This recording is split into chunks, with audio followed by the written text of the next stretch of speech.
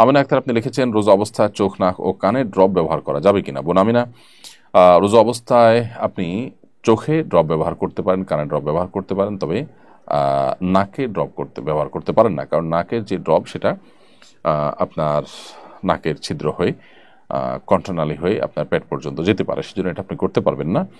আর চোখ এবং কানের ড্রপ এটা আপনি ব্যবহার করতে পারবেন, কারণ বিশুদ্ধ মত অনুযায়ী, গবেষণা অনুযায়ী চোখ এবং কানে যে ড্রপ ব্যবহার করা হয়ে থাকে সেটা আমাদের পেটে যাওয়ার সম্ভাবনা একেবারেই ক্ষীণ। এর মধ্যে একটা তো আছে যে পেটের সাথে যাওয়ার কোনো কানেকশনই নেই, যার কারণে এগুলো আপনি ব্যবহার করতে পারবেন। খাদিজা আপনি লিখেছেন বিগত রমজানের কাজা রোজা না রাখলে কি। রামিসা ফেরদাউস লিখেছেন অজু করে নামাজ পড়ার পর অনেক সময় দেখি আমার দাঁতের খাবারের ক্ষুদ্র কণা আটকে আছে, এতে কি আমার নামাজ হবে? বোন রামিসা, আপনি অজু করার পর যদি ক্ষুদ্র কণা আপনার দাঁতে লেগে থাকে এবং সেটা এতটাই ক্ষুদ্র যে একটা চনাবুট এর চাইতেও ছোট ক্ষুদ্র, তাহলে এর কারণে আপনার রোজার কোনো অসুবিধা নেই, যদি এটা পেটেও চলে যায়। আর যদি আটকে থাকে আর আপনি এটা বের করে ফেলে দেন তাহলে তো কোনো অসুবিধাই নেই, সাইজ যাই হোক না কেন। এমডি মারুফ বিল্লাহ আপনি লিখেছেন সাহরি খেতে না পারলে কি রোজা হবে?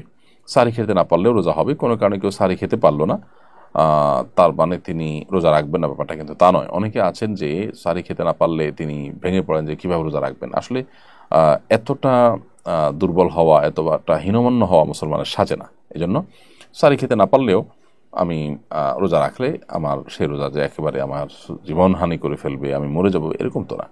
এই জন্য হিম্মত করা দরকার। তাছাড়া সাহারি খাওয়াটা এটা রমজানে রোজার একটা সুন্নত আমল, এর ফলে রোজার মূল স্ট্রাকচার ফরজ বা ওয়াজিব তো আর ছুটছে না, যার কারণে আপনার রোজা হয়ে যাবে।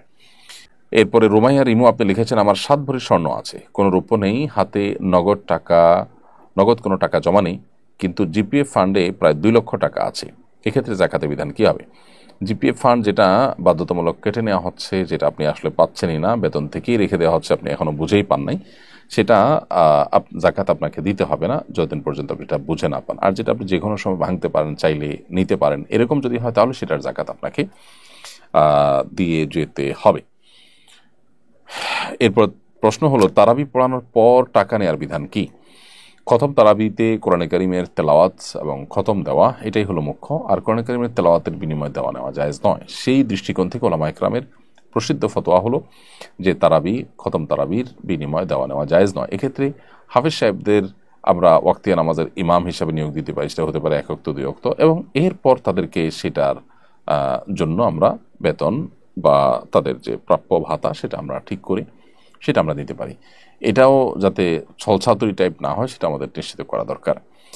এমনি ওসমান গনি লিখেছেন রোজা না রাখতে পারলে কি তারাবি পড়া যাবে? কোনো কারণে কেউ রোজা রাখতে পারলেন না, অসুস্থতার কারণে সফরে আছেন, তারাবি পড়তে পারবেন। রোজা না রাখতে পারলে তারাবি পড়া যাবে না, ব্যাপারটা এরকম না। আমরা অনেকে রোজার সাথে তারাবিকে এমনভাবে রিলেট করে ফেলেছি যে রোজা না রাখলে বোধহয় তারাবি আর পড়া যাবে না, অথবা কেউ তারাবি না পড়লে তার রোজা হবে না, এরকম কোনো বিষয় নয়। আসলে রোজা একটি ইবাদত আর তারাবি আরেকটা ইবাদত। নবী করিম সাল্লাল্লাহু আলাইহি ওয়াসাল্লাম বলেছেন মান কামা রমাদান ঈমানান ওয়া ইহতিসাবা গফিরা লাহু মা তাকাদ্দামা মিন যামবি। যে ব্যক্তি ঈমান এবং ইখলাসের সাথে সিয়াম পালন করবে তার পূর্বের সমস্ত গুনাহ মাফ করে দেওয়া হবে।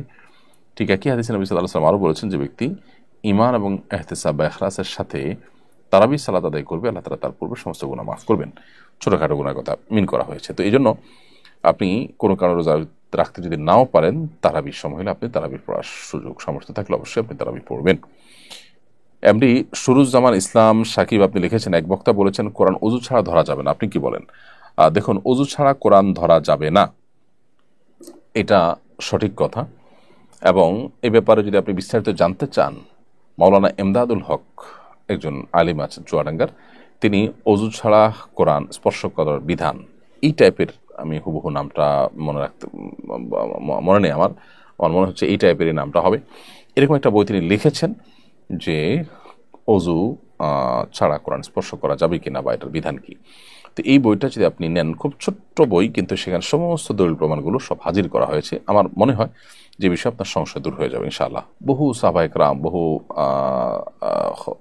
সালাফে সালেহিন, বহু হাদিস দ্বারা এটি সুসাব্যস্ত এবং প্রমাণিত যে কোরআন এটা স্পর্শ করার জন্য আপনার ওযু থাকা প্রয়োজন। তবে হ্যাঁ, মুখস্থ কোরআন তেলাওয়াতের জন্য ওযু থাকার প্রয়োজন নেই। খাদিজা আপনি লিখেছেন বিগত রমজানের কাজা রোজা না রাখলে কি সামনে রমজান রোজা হবে না? বোন খাদিজা, এমন কোনো কথা নেই যে বিগত রমজানের কাজা রোজা না রাখলে রমজান রোজা হবে না। রমজান রোজা আপনি রেখে ফেলবেন এবং রমজানের পরপরই বিগত রমজানের যে কাজা রোজাগুলো রয়েছে সেগুলো দ্রুততার সাথে আপনি রেখে ফেলবেন। নাসরিন আক্তার সৌরভ, আপনি লিখেছেন কিভাবে মোবাইল ফোনের প্রতি আসক্তি কমানো যায়।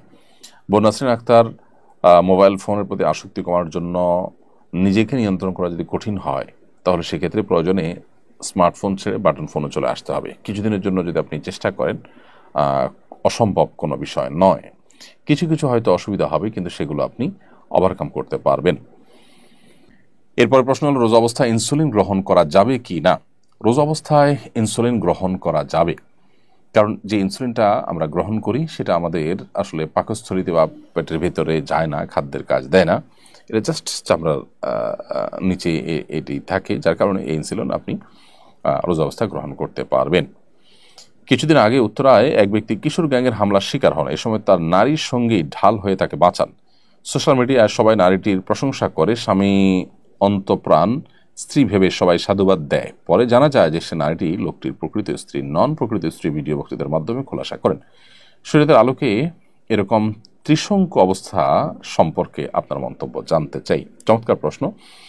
দেখুন, আমাদের দেশে যে হারে পরকীয়া বেড়ে চলেছে, আমাদেরকে নতুন করে ভাবতে হবে যে আমরা পশ্চিমা সংস্কৃতিকে যে আমদানি করছি নাটক সিনেমার নাম দিয়ে, বিভিন্ন নাম দিয়ে, বিনোদনের নামে আমরা সে সমস্ত সংস্কৃতি আমদানি করে আমাদের সমাজ ব্যবস্থাকে যে ধ্বংস করে ফেলছি, আমাদের পরিবার, আমাদের দাম্পত্য সম্পর্কগুলো যে ভেঙে খান খান হয়ে যাচ্ছে, এরপরে আমাদেরকে ভাবতে হবে এবং এ ধরনের পরিস্থিতি থেকে উত্তরণের জন্য আমাদের সবাইকে ঐক্যবদ্ধ হতে হবে যে আমরা ভিনদেশী এই সমস্ত অপসংস্কৃতিকে আমরা ওয়েলকাম করব না।